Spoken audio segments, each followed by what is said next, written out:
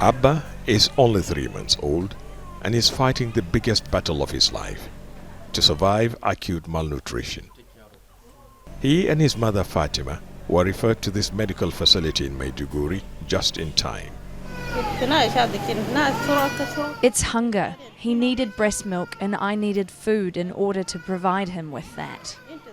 Doctors say Fatima is on the road to recovery, but her baby, like many patients here, will be in hospital for a long time. New admissions average about 250 children a week, up from 75 last year.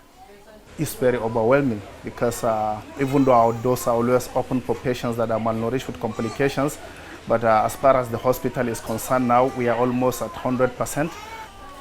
Aid workers expect the number of people with malnutrition to exceed last year's figures, which were unprecedented. Here in northeastern Nigeria, humanitarian agencies say 700,000 children are severely underweight and sick because they lack enough to eat.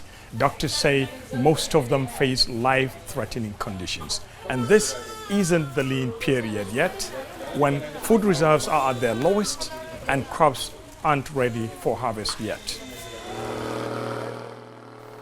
For 14 years, attacks by armed groups have crippled food production in the region, leaving an estimated 4.5 million people dependent on aid. Conflicts, insecurity, violence, they create a lot of displacement. And with the displacement, disruption of human activity, farming and livelihood.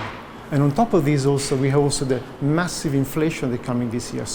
Camps for internally displaced people in the northeast were closed last year as authorities tried to encourage them to return home.